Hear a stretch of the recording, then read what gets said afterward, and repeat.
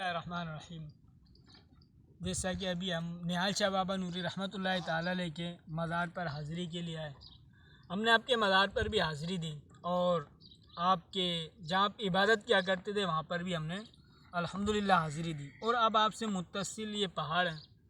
ہم یہاں پر اس لیے آئے اسی نیت سے کہ بتایا جائے کہ اگر کوئی نیوٹرلی آئے تو وہ اس پر نہ چڑھیں تو بہتر ہے، کیونکہ یہاں سے گرنے کا بھی ڈر ہے. حادثات بھی پہلے بھی کافی ہو چکے ہیں. بہرحال ہم کوشش کریں کہ مزارات کی زیارت بھی کریں اور اس کے ارد گرد دیکھیں اب چاروں طرف پہاڑی پہاڑ نظر آ رہے ہیں.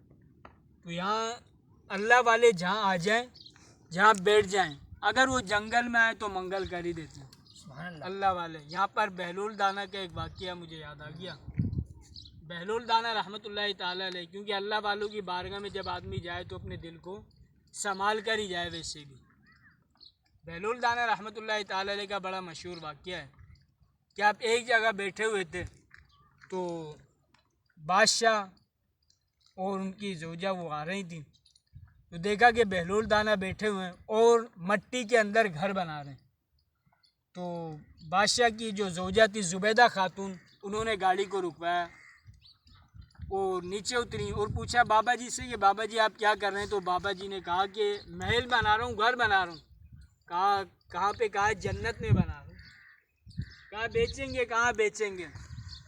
کہا کتنے کا بیچیں گے آپ گھر؟ کہا کہ 1 درہم کا گھر بیچیں گے. 1 درہم کا گھر بیچیں گے. تو زبیدہ خاتون نے 1 درہم دیا اور وہ واپسی گاڑی میں آ گئیں. اب جو ان کے ساتھ جو ان کے شوہر تھے، بادشاہ جو تھے، انہوں نے کہا کہ یہ کیا تو نے 1 درہم دے دیا. تو زبیدہ خاتون نے کہا کہ 1 درہم کیا، تو بادشاہ اپنے پاس تو مال کثیر ہے، 1 درہم دینے سے کیا ہوگا. جب یہ واپسی گئے تو رات کا جب پہر آیا، رات کو جب بادشاہ سویا تو اس کے خواب میں اس کو جنت کے اندر ایک محل دکھائی دیا اور اس پر لکھا تھا زبیدہ خاتون. جیسے ہی اس نے سمجھ لو کہ اندر داخل ہونے کی کوشش کی تو جو اس پر نگران فرشتے ہیں انہوں نے روک دیا. تو بادشاہ نے کہا کہ یہ جو محل ہے میری خاتون کا ہے، یعنی کہ میری جو زوجہ ہیں ان کا محل ہے، اس پر ان کا نام لکھا ہوا ہے.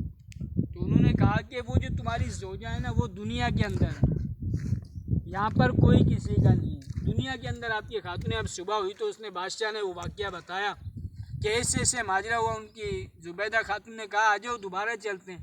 تو اب بادشاہ کے دل میں تھا کہ بس جیسا کل ہوا نا ایسے ہی آج ہو جائے، یعنی کہ جیسے وہ کل کام کر رہے تھے ایسے ہی وہ آج کام کریں. تو جب یہ گئے انہوں نے دیکھا بابا ویسے ہی کام کر رہے تھے. روکی گاڑی کو اور کہا بابا جی کیا کر رہے ہو؟ کہا جنت میں محل بنا رہا ہوں. کہا بیچو گے؟ ہاں بیچیں گے. کہا کتنے کا بیچیں گے؟ کہا آدھی سلطنت لگے گی اب کے آدھی سلطنت لگے گی.